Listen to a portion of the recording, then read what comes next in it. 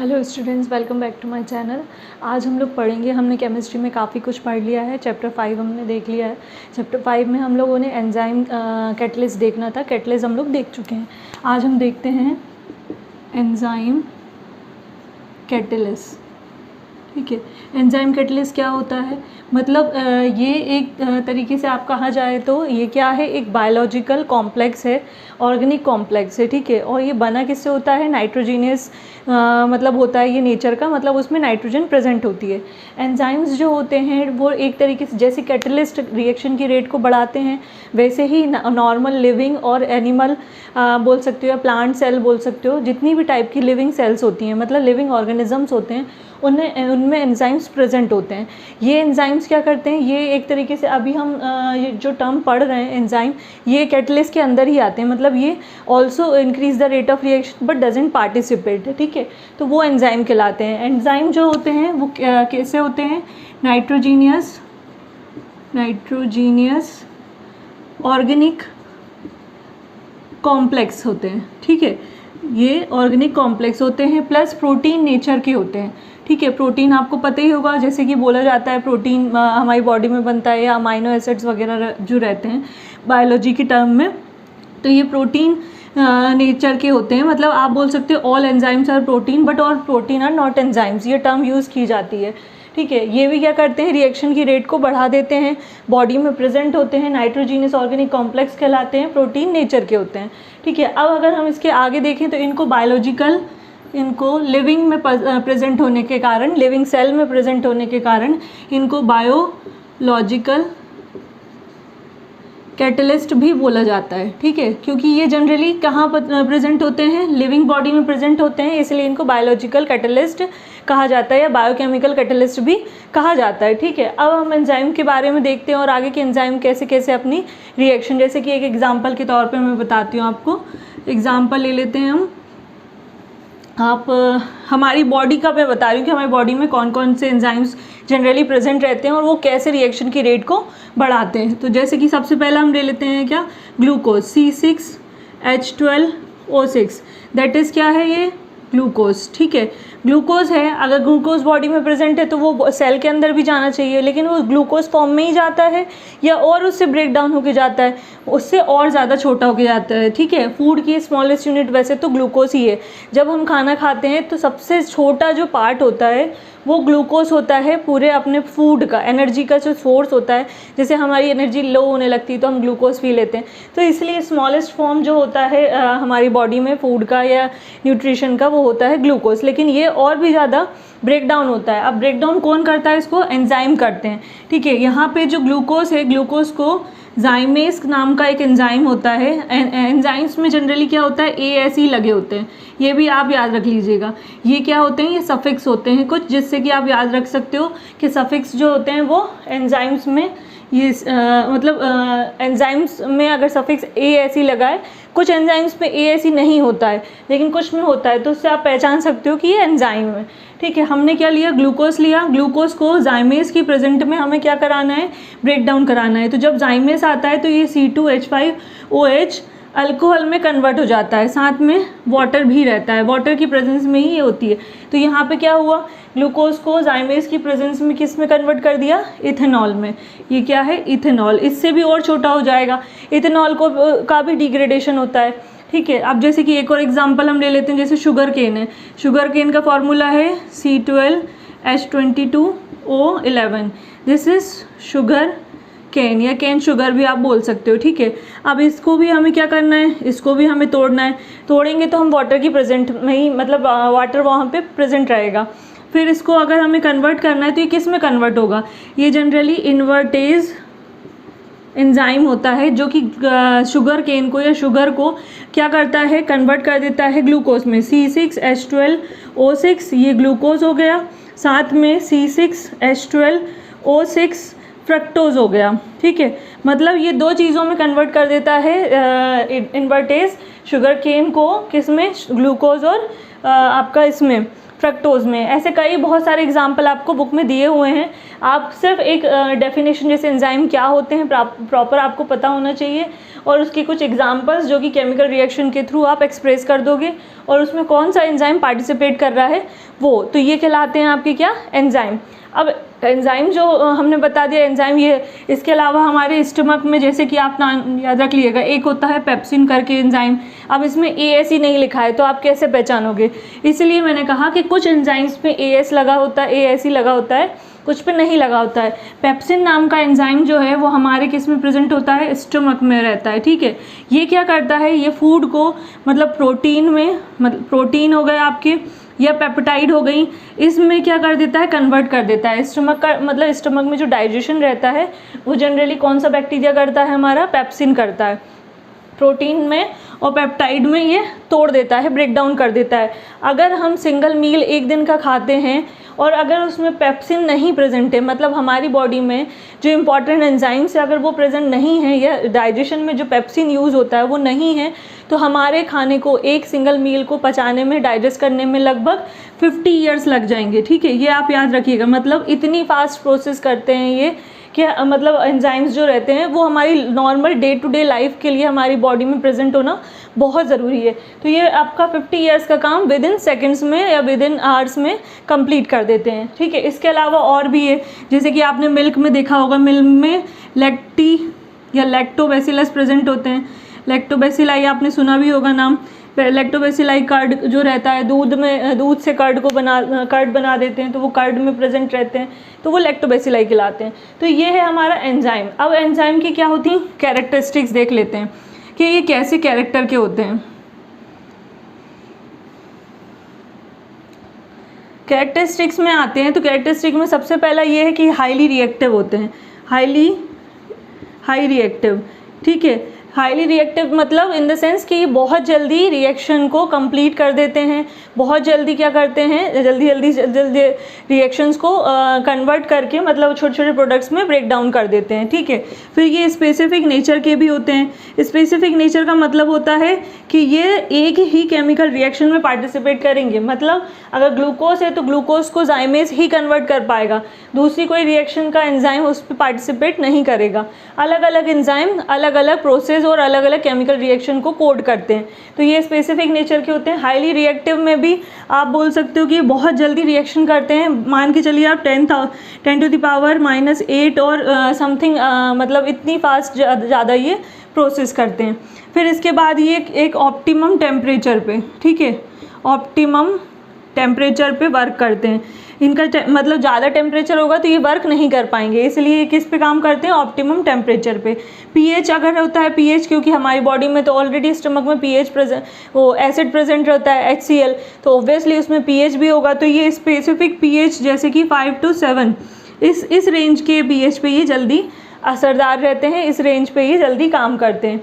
और भी बहुत सारे हैं, जैसे कि हमने कैटलिस्ट में देखा था कि कुछ प्रमोटर होते हैं और कुछ पॉइजन होते हैं जो कि रिएक्शन की रेट को या तो बढ़ाते हैं या घटा देते हैं, है ना, पॉजिटिव नेगेटिव भी देखा था।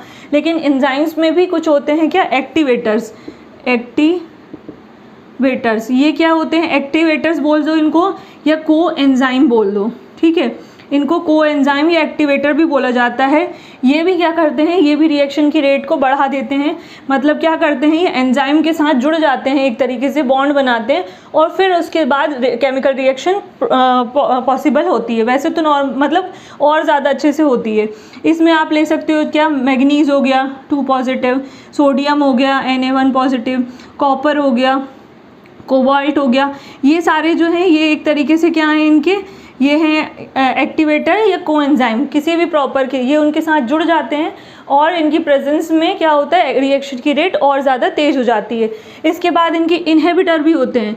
इनहिबिटर मतलब वही पॉइजन का काम करने वाले, जैसे कि कैटलिस्ट में था, तो इसको भी ऐसे कुछ एंजाइम्स को क्या करते हैं, इनहिबिटर के कोएंजाइम्स को अलग कर देंगे और उनकी जो रिएक्शन की रेट है उसको डिक्रीज़ कर देंगे, वो कहलाते हैं क्या, इनहिबिटर। तो ये था क्या एंजाइम के बारे में आपको कैटलिस्ट। अब एक नेचर देख लेते हैं कि ये काम करते कैसे हैं,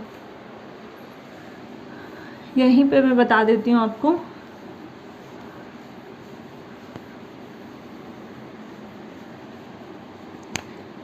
मैकेनिज्म देख लेते हैं, मतलब एंजाइम कॉम्प्लेक्स कैसे बनाते हैं, एंजाइम्स कैसे रिएक्शन करते हैं। ठीक है, तो एक थ्योरी दी गई थी, ठीक है, इसको बोला जाता है की लॉक थ्योरी।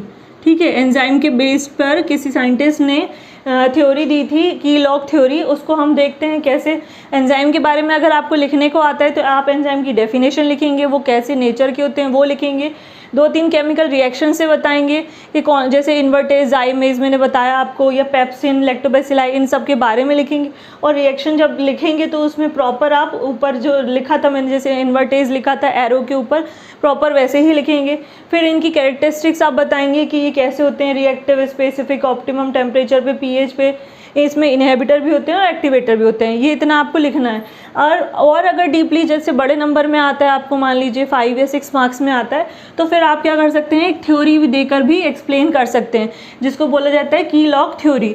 अब की लॉक थ्योरी में क्या होता है, की लॉक से समझ ही रहे होगे कि डेफिनेटली ये या तो की जैसी होगी, है ना। ये मैं डायग्राम बना रही हूँ इस तरीके से ताकि आपको समझ में आए। ठीक है, ये है आपका एंजाइम और ये है आपका क्या, रिएक्टेंट। इसको हम सबस्ट्रेट भी बोल सकते हैं, आप इसको सबस्ट्रेट से याद रख लेना, सबस्ट्रेट। ठीक है, अब ये एंजाइम आया, एंजाइम को किससे जुड़ना है, एंजाइम हमेशा जब रिएक्शन करता है तो इनकी जो क्या होती है, प्रॉपर एक शेप की साइट होती हैं, जिसको क्या बोला जाता है, इसको बोला जाता है एक्टिव साइट। ठीक है, एक्टिव साइट पर ही आके आपका जो सबस्ट्रेट है या रिएक्टेंट है जो रिएक्शन में पार्टिसिपेट कर रहा है, वहाँ एक्टिव साइट पे आके ही जुड़ेगा। तो ये दोनों आपस में जुड़ जाते हैं और ये कैसा बना देते हैं, एक कॉम्प्लेक्स बना के अपने आप को मतलब प्रोडक्ट बनाने के लिए तैयार रखते हैं। ये इस तरीके से जुड़ गया। ठीक है, बिल्कुल अटैच हो जाता है, ये बिल्कुल जुड़ जाता है, तो इसको बोला जाता है एंजाइम सबस्ट्रेट कॉम्प्लेक्स। ठीक है, ES कॉम्प्लेक्स ये बना। ठीक है, मैकेनिज्म में आपको सबसे पहले ये बताना है कि एंजाइम कैसा होता है, उसमें एक्टिव साइट प्रेजेंट होती है अकॉर्डिंग टू दी सबस्ट्रेट या रिएक्टेंट के अकॉर्डिंग। एंजाइम, जितने भी एंजाइम होते हैं आपकी बॉडी में प्रेजेंट हैं, वो सभी अपनी क्या करते हैं, एक एक्टिव साइट लेके चलते हैं, जहाँ से उन्हें जुड़ना होता है, किससे, सबस्ट्रेट से। ये कॉम्प्लेक्स बन गया आपका। अब ये प्रोडक्ट के साथ जुड़ेगा आके, यहाँ पे ये है आपका प्रोडक्ट या रिएक्टेंट जो भी बोल सकते हो आप। और ये अब दूसरी तरीके से जुड़ गया, ये मतलब ये जुड़ तो गया है लेकिन ये साथ में एंजाइम है और एंजाइम के साथ क्या है, प्रोडक्ट है। ठीक है, ये इस तरीके से, ये आपका एंजाइम है, सॉरी ये नहीं है, ये आपका एंजाइम है और ये आपका प्रोडक्ट है। तो ये अब एंजाइम कॉम्प्लेक्स बना, कॉम्प्लेक्स से आगे जाते हैं तो ये प्रोडक्ट के साथ जुड़ जाता है एंजाइम, और फिर धीरे धीरे करके खुद से अलग हो जाता है, प्रोटीन अलग हो जाता है, तो सॉरी ये आपका प्रोडक्ट अलग हो जाता है, ये प्रोडक्ट है और ये एंजाइम है। मतलब यहाँ पे प्रोडक्ट एंजाइम कॉम्प्लेक्स भी बनता है, बीच की जो इंटरमीडिएट स्टेट होती है उसको हम एंजाइम कॉम्प्लेक्स बोलते हैं। पहले तो एंजाइम कॉम्प्लेक्स बनाएगा सबस्ट्रेट के साथ, फिर प्रोडक्ट के साथ जुड़ेगा वो एंजाइम और आगे जाके अलग हो जाएगा और प्रोडक्ट हमारा बन जाएगा। तो ये थी आपकी की लॉक थ्योरी। इसके अलावा भी जैसे कि आपको आता है लिखने को कि एंजाइम्स की यूज़ क्या क्या होते हैं, तो एंजाइम के यूज़ बहुत सारी इंडस्ट्रीज़ में, wine industry, food industry, baking वगैरह के लिए, ईस्ट भी एक तरीके का सोर्स है, वो एंजाइम का ही वो यूज़ किया जाता है, मेडिसिन्स में आता है। फिर हमारी बॉडी में अगर एंजाइम एक फिनाइल एलेनिन करके होता है, हाइड्रोलेज, वो नहीं हाइड्रोक्सीलेज होता है, वो अगर प्रेजेंट नहीं होगा तो हमें बीमारी भी होती हैं काफ़ी सारी, मतलब एंजाइम के एब्सेंस में डिजीज़ भी होती हैं, जैसे कि उसको बोला जाता है phenyl ketone urea. Phenyl ketone urea ये क्या होता है, ये एक डिजीज़ है। ठीक है, याद रखिएगा, फिनाइल कीटोन यूरिया ये एक एंजाइम की एब्सेंस में होती है जिसको फिनाइल एलेनिन हाइड्रोक्सीलेज बोला जाता है। अगर वो प्रेजेंट नहीं है आपकी बॉडी में, इट मीन्स आपको ये बीमारी हो जाएगी। ये जनरली ब्रेन में होती है, ब्रेन में जाके ये इकट्ठा होने लगता है और उससे मेंटल रिटार्डनेस आ जाती है। तो इस और साथ में कुछ डिजीज़ को केयर करने के लिए भी एंजाइम्स का यूज़ किया जाता है। तो ये था आपका एंजाइम। तो अब हम लोग देखते हैं हमारा नेक्स्ट टॉपिक। हमारा नेक्स्ट टॉपिक है कोलाइडियल स्टेट। अभी हमने एंजाइम कैटलिस्ट देखा, अब हम देखेंगे कोलाइडियल स्टेट। क्या होती है कोलाइडियल स्टेट? एक सॉल्यूशन के बेसिस पर थॉमस ग्राहम करके साइंटिस्ट आए थे। कौन आए थे? Thomas Graham. ठीक है। इन्होंने लगभग 1816 में अपना ये व्यू दिया था ऑन द बेसिस ऑफ, क्या बोल सकते हो, on the basis of solution. ठीक है, इन्होंने क्या सॉल्यूशन की स्टडी करी। ठीक है, ग्राहम बेल ने सॉल्यूशन की स्टडी करी, थॉमस ग्राहम ने सॉल्यूशन की स्टडी करी 1816 में, और सॉल्यूशन के बेसिस पे इन्होंने कोलाइडियल स्टेट एक टर्मिनोलॉजी दी। अब ये कोलाइडियल स्टेट होता क्या है, इन्होंने क्या देखा, इन्होंने देखा कि हमने मतलब सॉल्यूशन पढ़ा है, हमने पार्चमेंट मेम्ब्रेन के बारे में भी पढ़ा है, बर्कले हार्टले मेथड आपने देखी थी ऑस्मोसिस में। तो उसमें क्या होता था, 3 टाइप की मेम्ब्रेन मैंने बताई थी, एक होती है परमिएबल, एक होती है सेमी परमिएबल और एक होती है इम्परमिएबल। सेमी परमिएबल जिसमें से सब कुछ पास आउट हो जाए सॉल्यूशन में से, मतलब सॉल्यूशन का जो सॉलिड पार्टिकल है वो पास आउट हो जाए। सेमी परमिएबल जो कि क्या हो, कुछ पार्टिकल्स को पास आउट करने दे, सिलेक्टिव को, कुछ को ना करने दे, और इम्परमिएबल जिसमें से कुछ भी पास आउट ना हो पाए। तो ये था। तो इन्होंने क्या किया, इन्होंने देखा, जैसे कि इन्होंने देखा कुछ जैसे स्टार्च हो गया, ठीक है, जिलेटिन हो गया, और आपका स्टार्च, जिलेटिन, और आप ले सकते हो ग्लू हो गया। ठीक है, इस टाइप के इन्होंने कुछ क्या देखे, मटेरियल्स देखे, मतलब इस टाइप का इन्हें कुछ सॉल्यूशंस देखे। आप बोल सकते हो ये एक टाइप के सॉल्यूशंस ही हैं। इन सॉल्यूशंस को जब इन्होंने क्या किया, पार्चमेंट मेम्ब्रेन, ठीक है, किससे, पार्चमेंट मेम्ब्रेन से पास आउट कराया। ठीक है, मतलब उसको फिल्टर करने की कोशिश करी।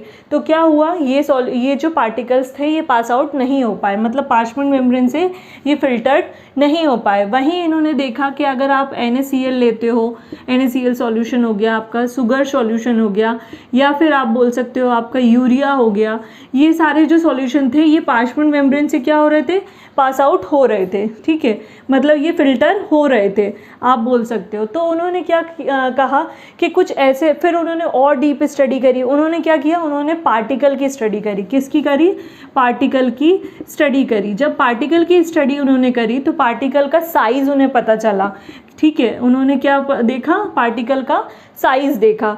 साइज़ कैसा देखा उन्होंने देखा कि जो पार्टिकल्स पार्चमेंट मेम्ब्रेन से पास आउट नहीं हो पा रहे हैं और जो हो रहे हैं उनका साइज़ कैसा है, उसको कैटेगराइज कर दिया।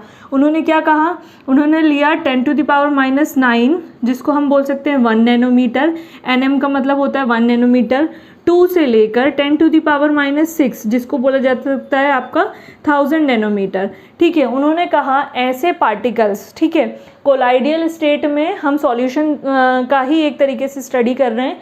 सॉल्यूशन में 2 ही चीज़ होती हैं, एक तो सॉल्यूट होता है और एक सॉल्वेंट होता है।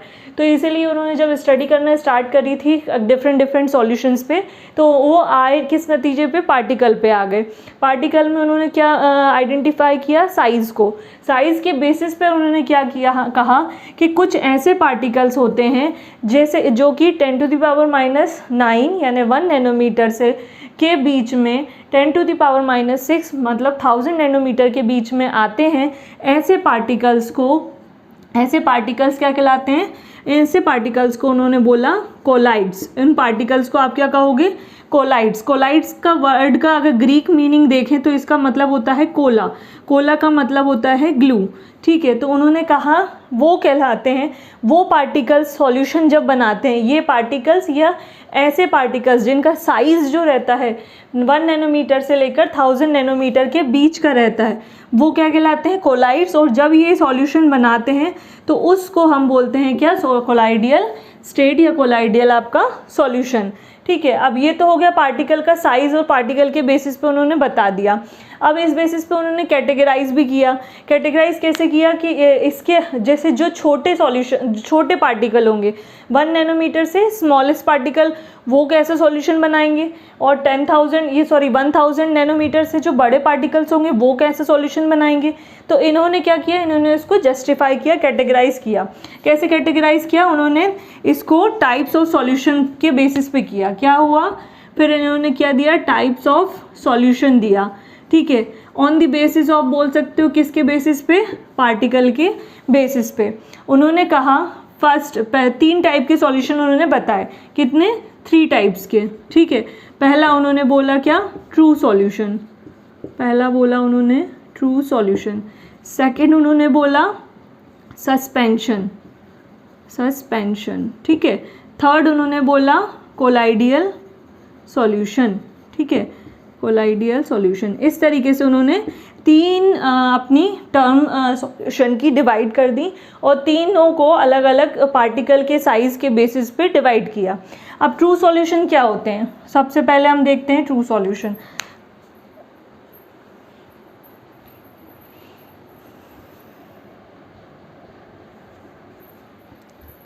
तो ट्रू सॉल्यूशन क्या होते हैं? ट्रू सॉल्यूशन वो होते हैं, जैसे कि हमने साइज़ क्या लिया था, हमारा पार्टिकल का साइज़ क्या था, हम मान सकते हैं 1 नैनोमीटर से 1000 नैनोमीटर के बीच का है, ठीक है। ये तो हमारा कोलाइडियल का है, लेकिन इससे छोटे और इससे बड़े क्या कहलाएंगे? तो उन्होंने पार्टिकल के साइज़ पे 3 टाइप बताए, ट्रू सॉल्यूशन, सस्पेंशन और कोलाइडियल। तो जो पार्टिकल्स 1 नैनोमीटर से स्मॉल रहेंगे, मतलब इनसे छोटे रहेंगे, ऐसे पार्टिकल्स क्या कहलाएंगे? ऐसे पार्टिकल जो सॉल्यूशन फॉर्म करेंगे उसको हम बोलेंगे ट्रू सॉल्यूशन, मतलब पार्टिकल बेसिस पे ही चल रहे हैं हम। एग्जाम्पल के लिए आप ले सकते हो क्या, NaCl का वाटर में, ठीक है, NaCl मतलब H2O आप बोल सकते हो, का सॉल्यूशन वो क्या कहलाएगा? आपका ट्रू सॉल्यूशन। ये एक क्या होता है? ये होता है एक होमोजीनियस मिक्सचर। क्या होता है ये? होमोजीनियस मिक्सचर होता है। होमोजीनियस मिक्सचर मतलब थ्रू आउट द सॉल्यूशन आप बोल सकते हो कि मिक्सअप हो जाए, मतलब इसको आप डिफ्रेंशिएट नहीं कर सकते हो, तो मतलब पूरी तरीके से मिक्सअप हो जाए, तो वो कहलाता है आपका क्या? True solution. फर्स्ट 2 सॉल्यूशंस जिसका पार्टिकल्स या सॉल्यूट का जो पार्टिकल का साइज़ है सॉल्यूट का, आप बोल सकते हो 1 नैनोमीटर से कैसा हो? स्मॉल हो, 1 नैनोमीटर से कम हो, ठीक है, लेस देन 1 नैनोमीटर हो, तो वो कहलाते हैं आपके क्या? True solution. ये एक होमोजीनियस मिक्सचर होते हैं। एग्जाम्पल के लिए NaCl और वाटर आप ले सकते हो। जब अगर हम इनको देखना चाहते हैं, ठीक है, फिल्टर करना चाहते हैं या देखना चाहते हैं, दोनों चीज़ें अगर देखना चाहेंगे तो ये इनविजिबल होते हैं। किससे? माइक्रोस्कोप से। नेकेड आइट से तो दिखेंगे ही नहीं क्योंकि 1 नैनोमीटर से स्मॉल है, तो इनविजिबल विथ माइक्रोस्कोप भी होता है। माइक्रोस्कोप में भी इनकी पार्टिकल की स्टडी करी थी उन्होंने, तो उन्होंने बोला कि ये इनविजिबल इन माइक्रोस्कोप है, माइक्रोस्कोप में भी ये नहीं दिख रहे हैं। साथ में उन्होंने ये भी बताया कि ये जो एनिमल मेम्ब्रेन होती है, एनिमल मेम्ब्रेन मतलब पार्चमेंट मेम्ब्रेन आप बोल सकते हो, या ऑर्डिनरी एक मेम्ब्रेन होती है, ऑर्डिनरी फिल्टर पेपर यूज़ किया जाता है, अगर वो भी लेते हैं हम, ऑर्डिनरी मेम्ब्रेन को यूज़ करते हैं, तो वो भी उसमें से भी ये क्या होते हैं? पास आउट हो जाते हैं, मतलब ये एक तरीके से फ़िल्टर नहीं हो सकते आप बोल सकते हो। तो ये कहलाएंगे क्या? आपके ट्रू सॉल्यूशन। अब आते हैं हम सस्पेंशन पे। सस्पेंशन वो रहेगा जो कि पार्टिकल का साइज़ क्या करे?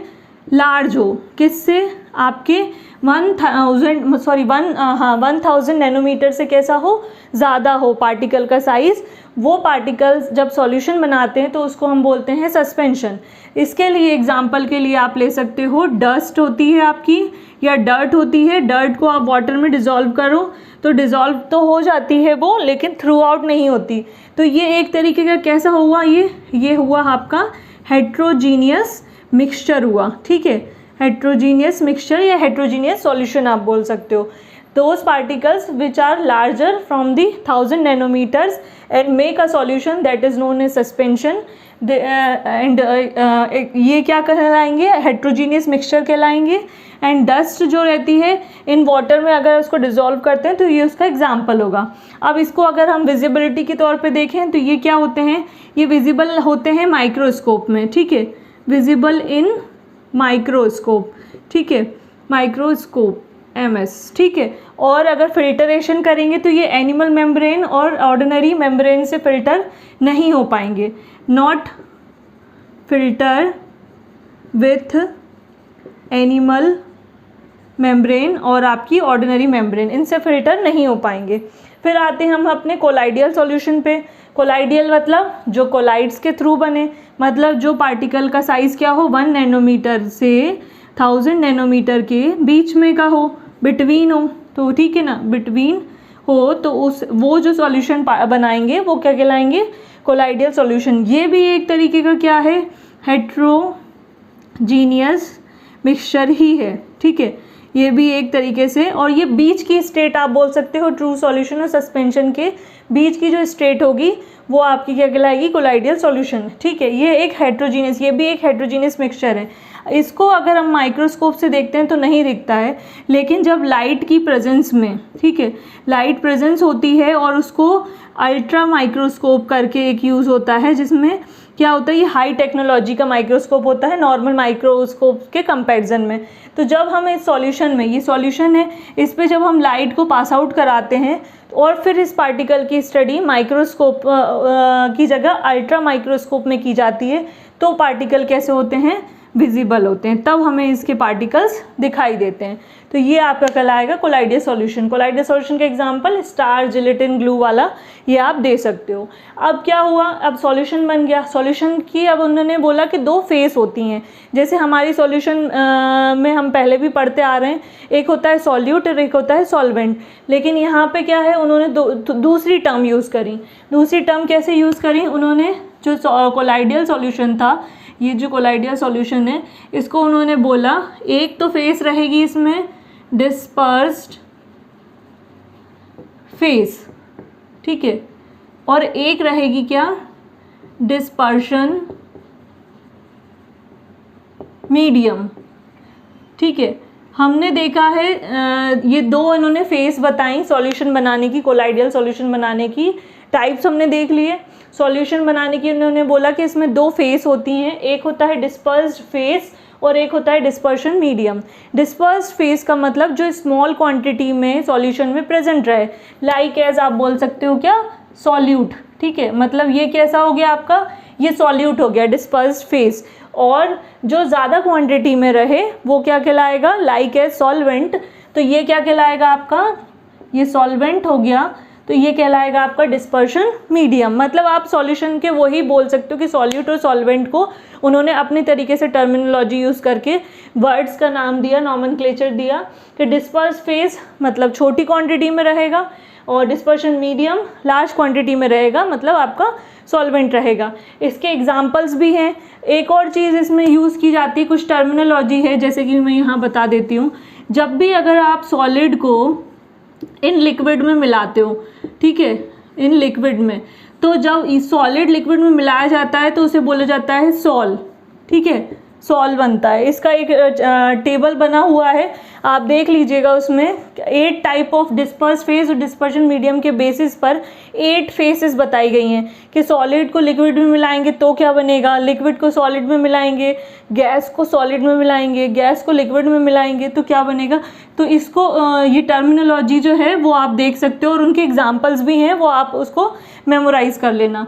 जब सॉलिड इन लिक्विड में मिलता है तो सॉल बनता है, जब लिक्विड इन सॉलिड में मिलता है तो उसको हम जेल बोलते हैं, और जब लिक्विड लिक्विड बनता है, ठीक है, लिक्विड को लिक्विड में ही मिलाया जाता है, ठीक है, तो उससे क्या बनता है, इमल्शन।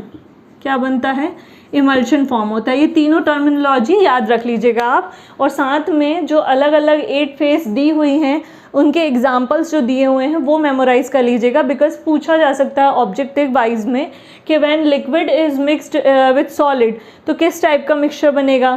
जैसे गैस है, गैस को अगर आप लिक्विड में मिलाओगे तो कैसा बनेगा, फिर उसके बाद सॉलिड है, सॉलिड को अगर लिक्विड में मिलाओगे तो कैसा बनेगा, और उसके एग्जाम्पल्स आप याद कर लीजिएगा। ये है आपका कोलाइडियल स्टेट। अब हमने देखा कि डिस्पर्स फेस हो गया, डिस्पर्शन मीडियम हो गया, तो उसी बेसिस पे उनके इंटरेक्शन के बेसिस पे, किसके इंटरेक्शन के बेसिस पे आप बोल सकते हो, जो कोलाइडियल सॉल्यूशन है, ठीक है, इसमें हमारी 2 फेस हैं, एक है डिस्पर्स्ड फेस और एक है डिस्पर्शन मीडियम। ठीक है, तो इनके इसमें क्या है, आपके कोलाइड्स प्रेजेंट हैं, ठीक है, कोलाइड्स या पार्टिकल्स प्रेजेंट हैं, ठीक है, कोलाइड पार्टिकल्स प्रेजेंट हैं। तो इन कोलाइड पार्टिकल्स के इंटरेक्शन के बेसिस पे, ठीक है, इनके इंटरेक्शन के बेसिस पर क्या किया गया, कोलाइडियल सॉल्यूशन को 2 टाइप से इंटरेक्शन बेसिस पे डिवाइड किया गया। पहला कहा गया लायोफिलिक और दूसरा कहा गया लायोफोबिक। ठीक है। लायोफिलिक सॉल्यूशन बोल सकते हो, लायोफोबिक सॉल्यूशन बोल सकते हो। लायो का वर्ड का मीनिंग होता है, लायो मतलब आप बोल सकते हो या फिर बोल सकते हो लविंग और हेटिंग, ठीक है। लविंग और हेटिंग, फिलिंग का मतलब होता है लविंग, फोबिक का मतलब होता है हेटिंग। जो ऐसे कोलाइड पार्टिकल्स जो क्या हों, लिक्विड लविंग हो, ठीक है, वो क्या कहलाएंगे, लायोफिलिक, मतलब लिक्विड लविंग कोलाइड पार्टिकल्स, ठीक है। और जो क्या हो, लिक्विड हेटिंग हो, ठीक है, जो रिपल करें मतलब दूर भागें लिक्विड से, लिक्विड में डिजॉल्व ना हो पाए, लिक्विड हेटिंग, वो क्या कहलाएंगे आपके लायोफोबिक पार्टिकल्स। मतलब कि जो वाटर में इजीली डिजॉल्व हो जाते हैं, वाटर को अच्छे से मतलब कैचअप कर लेते हैं, तो वो कहलाएंगे आपके लायोफिलिक, और जो नहीं हो पाते हैं वो कहलाएंगे लायोफोबिक। अच्छा, लायोफिलिक क्या होते हैं, ये जो पार्टिकल्स होते हैं ये रिवर्सिबल होते हैं। रिवर्सिबल का मतलब होता है कि मतलब इनको आप अलग कर सकते हो ऑन द बेसिस ऑफ, बोल सकते हो आप इवोपरेशन हो गया, कंडेंसेशन हो गया, फिल्टरेशन हो गया। मतलब ये जो लायोफिलिक होते हैं इनको हम अलग कर सकते हैं। जैसे NaCl को वाटर में डालेंगे और उसको अगर हम इवोपरेशन करेंगे तो वो अलग हो जाएगा, और फिर से अगर मिलाना चाहेंगे तो वो रिवर्स हो जाएगा। मतलब ये कैसे हुए, ये रिवर्सिबल नेचर के हुए। और ये कैसे होते हैं, ये इरिवर्सिबल नेचर के होते हैं, इनको हम अलग नहीं कर सकते। क्यों, क्योंकि ये थोड़े से हार्ड होते हैं, प्लस ये वाटर हेटिंग होते हैं, ये डिज़ोल्व नहीं हो पाते, कितना भी इनको डिज़ोल्व करने की कोशिश करो ये नहीं होते। ये क्या कर लेते हैं, ये एक आप बोल सकते हो प्रेसिपिटेट फॉर्म कर लेते हैं, या फिर आप बोल सकते हो प्रेसिपिटेट को PPT भी बोला जाता है, ठीक है। प्रैक्टिकल्स में ये टर्मिनोलॉजी यूज़ की जाएगी, प्रेसिपिटेट होता है, या कोगुलेशन बोल सकते हो आप, ठीक है। कोगुलेट कर लेते हैं पार्टिकल्स को, मतलब क्या होते हैं छोटे छोटे आप देखोगे अगर 10 पार्टिकल है या कोई भी, अगर आप लायोफोबिक सॉल्यूशन बनाओगे तो उसमें क्या होगा कि ये डिज़ोल्व नहीं हो पाते, PPT या कोगुलेंट बना लेते हैं, नीचे जम जाते हैं, और उनको फिर शेक करो तो वो मतलब एक आप बोल सकते हो कि इनकी कोई लिमिट नहीं होती, इनको अगर हीट भी किया जाए तब भी ये डिज़ोल्व नहीं होंगे, ये इतने रिजिड होते हैं। तो ये था आपका लायोफिलिक और लायोफोबिक। इसी के बेसिस पे क्या हुआ, जब पार्टिकल्स को एग्रीगेट किया गया, ठीक है। अच्छा, लायोफिलिक और लायोफोबिक का मतलब लिक्विड लविंग, लिक्विड हेटिंग तो होता है, लेकिन जब सॉल्यूशन में लिक्विड कैसा हो, वाटर हो, तो इसको हम वाटर टर्म को यूज़ करते हैं हाइड्रोफिलिक, ठीक है, ये याद रखिएगा। और इसको बोला जाता है हाइड्रो, वही है, सिर्फ हाइड्रो वर्ड अपन किसके लिए यूज़ कर ले रहे हैं, वाटर के लिए, ठीक है। अगर वाटर में सॉल्यूशन बन रहा है, क्योंकि लिक्विड्स तो काफ़ी सारे हो सकते हैं, बेंजीन हो सकता है, और भी कई टाइप के लिक्विड्स में सॉल्यूशन बनाया जाता है, तो इसके अलावा अगर लिक्विड के अलावा सिर्फ वाटर का टर्म यूज़ किया जाए तो इसलिए उसको हाइड्रोफोबिक और हाइड्रोफिलिक कहते हैं, ठीक है। दोनों का लेकिन मीनिंग सभी का सेम ही है कि जो वाटर लविंग होंगे तो उनको हाइड्रोफिलिक बोलेंगे, और जो वाटर हीटिंग होंगे उनको हाइड्रोफोबिक। तो अब क्या हुआ, एग्रीगेशन के या एसोसिएशन, ठीक है, एसोसिएशन के बेसिस पर, ठीक है, एक टर्म दी गई कि जब पार्टिकल्स जो होते हैं, कोलाइड पार्टिकल्स, जब वो एसोसिएट करते हैं या क्या करते हैं, एग्रीगेट हो जाते हैं, एग्रीगेट हो जाते हैं मतलब इकट्ठे हो जाते हैं, तो वो क्या करते हैं, एक मिसेल फॉर्म करते हैं। क्या फॉर्म करते हैं, उसको बोला जाता है मिसेल। ये इंपॉर्टेंट टर्म है, ये आती है, ठीक है। इसके बारे में आप जान लीजिए कि क्या होता है, जब क्या होते हैं कोलाइडियल पार्टिकल्स जो होते हैं हाई कंसंट्रेशन में होते हैं, और साथ में क्या होंगे, हाई कंसंट्रेशन में होंगे, मतलब ज़्यादा क्वांटिटी में रहेंगे। जब स्मॉल क्वांटिटी में रहेंगे तब नहीं होगा, जब लार्ज क्वांटिटी में रहेंगे मतलब डिस्पर्स्ड फेस कैसी होगी, ज़्यादा होगी, डिस्पर्शन मीडियम कम होगा, तो हाई क्वांटिटी में, हाई कंसंट्रेशन में वो एग्रीगेट होते हैं, एसोसिएट हो जाते हैं, कौन, कोलाइडियल पार्टिकल्स, और क्या बनाते हैं, मिसेल बनाते हैं। मिसेल क्या होती है, अब मिसेल का एग्जांपल ले लेते हैं अपन, सोप, ठीक है। मिसेल क्या है, सोप, या फिर आप बोल सकते हो डिटर्जेंट। अब ये सोप और डिटर्जेंट कैसे होते हैं, डिटर्जेंट जो होता है जनरली, या सोप अगर देखें तो इसका फॉर्मूला क्या होता है, या मैं आपको बता देती हूँ, C17H35COONA, ऐसे करके ये जो रहता है ये है आपका क्या, सोप का फॉर्मूला, ठीक है। बड़ा होता है, अगर इसका हम स्ट्रक्चर बनाएंगे तो काफ़ी बड़ा बनता है, ठीक है। इसको और भी, ये तो सोप हम नॉर्मल लैंग्वेज में, डेली यूजेस की लैंग्वेज में बोलते हैं, इसको नॉर्मली कहा केमिकल लैंग्वेज में, केमिस्ट्री में सोडियम स्टीरेट कहा जाता है, ठीक है। क्या कहा जाता है? Sodium stearate. सोडियम मतलब Na और बाकी का ये जो रहती है चेन, इसको क्या बोला जाता है? स्टीरेट बोला जाता है। जब हम इसको वाटर में डिज़ोल्व करते हैं यानी एक्वस सॉल्यूशन बनाते हैं, किसका? सोप का। सोप सॉल्यूशन हो गया, सोप में सोप को पानी में अपन ने डाला या फिर डिटर्जेंट को पानी में डाला, तो ये क्या करते हैं? ये इस तरीके का स्ट्रक्चर बनाते हैं। मतलब ये टूटते कैसे हैं? C17H आपका 35 COO negative plus Na positive, इस तरीके से ये टूट जाता है। Na अलग निकल जाता है, C17 वाली ये जो चेन होती है ये अलग निकल जाती है। जब हम इसका अगर स्ट्रक्चर हमने कहा कि इसका एक्वस सॉल्यूशन बनाना है, तो मैं यहाँ डायग्राम आपको बता देती हूँ कि कैसे इसका होगा। एक क्लींजिंग एजेंट करके आपको आ सकता है कि कैसे किस तरीके से क्लींजिंग किया जाता है। मतलब जैसे हम पानी में जब डालते हैं किसको? आपके सोप को या डिटर्जेंट को, तो वो कैसे डस्ट पार्टिकल को रिमूव करता है, ठीक है। तो वही मैं बता रही हूँ आपको। ये थोड़ा सा ये Na जो रहेगा वो बाहर की साइड रहेगा, ठीक है। और बाकी की जो चेन रहेगी ये ऐसा सर्कल बना लेता है, पूरा एक सर्कल में बनाता है। इसी को मिसेल बोला जाता है, ठीक है। इसको क्या बोला जाता है? इसको बोला जाता है मिसेल, ठीक। अब ये मिसेल काम कैसे करती है? मिसेल का बनना ही क्लींजिंग एजेंट या क्लींजिंग एक्शन ऑफ सोप कहलाता है। कैसे काम करती है? जैसे अब इसमें ये मैंने बताया आपको फॉर्मूला, ये इसमें क्या होता है? इसमें भी दो पार्ट होते हैं, लायोफिलिक और लायोफोबिक। मतलब हेड रहेगा और टेल रहेगी। कैसे हेड रहेगा और कैसे टेल रहेगी? जो C17 और H35 की जो चेन रहेगी, ठीक है, ये क्या कहलाती है? ये हाइड्रोकार्बन चेन कहलाती है, हाइड्रोकार्बन चेन, ठीक है। ये क्या होती है? ये होती है आपकी हाइड्रोफिलिक। मतलब ये क्या होती है? ये पानी में डिज़ोल्व हो जाती है, मतलब ये पानी के लिए लविंग रहेगी, लायोफिलिक रहेगी। और वहीं अगर आप देखेंगे COO नेगेटिव जो दिया हुआ है, ये क्या रहेगी? ये रहेगी आपकी हाइड्रोफोबिक। ये डिज़ोल्व नहीं होती है पानी में। लेकिन हाइड्रोफिलिक चेन जो रहती है, जो वाटर में, हाइड्रोफिलिक मतलब वाटर में डिज़ोल्व हो जाएगी, लेकिन ये ऑयल और ग्रीस में क्या होती है? ये डिज़ोल्व नहीं होती। और यहीं ये जो COONA है, ये ऑयल और ग्रीस हो गया आपका, या डर्ट पार्टिकल जब लगते हैं तो उसमें क्या होती है? ये इसमें डिज़ोल्व हो जाती है, ठीक है। तो इसी तरीके से ये एक्शन करता है। मिसेल का फॉर्मेशन क्या होता है? मतलब एक्शन, मिसेल का फॉर्मेशन जो होता है बेसिकली वो तभी होता है जब हमें, जैसे कि हम वॉशिंग मशीन में कपड़े धो रहे हैं या नॉर्मली धो रहे हैं, तो वो कैसे फॉर्म होगी? वो ऐसे फॉर्म होगी कि वो क्या करेगी, यहाँ मैं बता देती हूँ आपको। ये आपकी इस तरीके से ऐसे करके ये चेन हो गई। यहाँ पे आपका C डबल बॉन्ड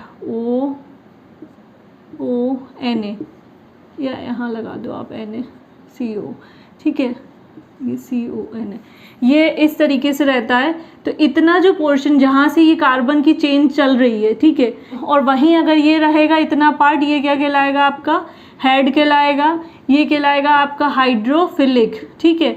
मतलब ये पानी वाटर लविंग रहेगा, लेकिन ऑयल और ग्रीस में ये डिज़ोल्व नहीं हो पाएगा। ये कहलाएंगे जो पार्ट रहेगा आपका, ये जो इस तरीके की हाइड्रोकार्बन चेन जो मैंने बनाई, ये वाली हाइड्रोकार्बन चेन जो रहेगी वो क्या कहलाएगी? टेल। ये कैसी रहेगी आपकी? हाइड्रोफोबिक, ठीक है। मतलब पानी में डिज़ोल्व नहीं होगी, लेकिन काय में? ऑयल और ग्रीस में हो जाएगी। ये ऑयल और ग्रीस में डिज़ोल्व हो जाएगी, ठीक है, डिज़ोल्व हो जाएगी। प्लस ये आपके क्या कहलाएंगे? ये कहलाएंगे आपके नॉन पोलार, ठीक है, और ये कहलाएंगे आपके पोलार। और तो इसी तरीके से एक्शन करते हैं ये। क्या करेंगे? ये आसपास क्या करेंगे? ऐसी मिशेल फॉर्म कर लेते हैं। किसके आसपास करते हैं? ऑयल या ग्रीस के आसपास। मतलब जो डस्ट पार्टिकल आके कपड़ों में लगा या जो भी डर्ट लगती है और ऑयल उसमें आता है, तो उस ऑयल के कांटेक्ट में हाइड्रोकार्बन की ये सारी चेन आ जाती है। नेगेटिव एक दूसरे से रिपेल करते हैं। ऑयल में भी नेगेटिव पार्टिकल प्रेजेंट होते हैं, तो इस कारण क्या होती है? वो पेनिट्रेट करके एक तरीके से इमल्शन फॉर्म कर लेती है। किसके साथ? वाटर के साथ, डस्ट पार्टिकल। और इमल्शन ऑयल के कारण और डस्ट के कारण, इमल्शन होने के कारण वो पार्टिकल वाटर के थ्रू वहाँ से रिमूव हो जाते हैं और मिशेल अपना काम कर देती है और हमारे कपड़े क्लीन हो जाते हैं। तो ये था आपका क्या? Lyophilic and lyophobic.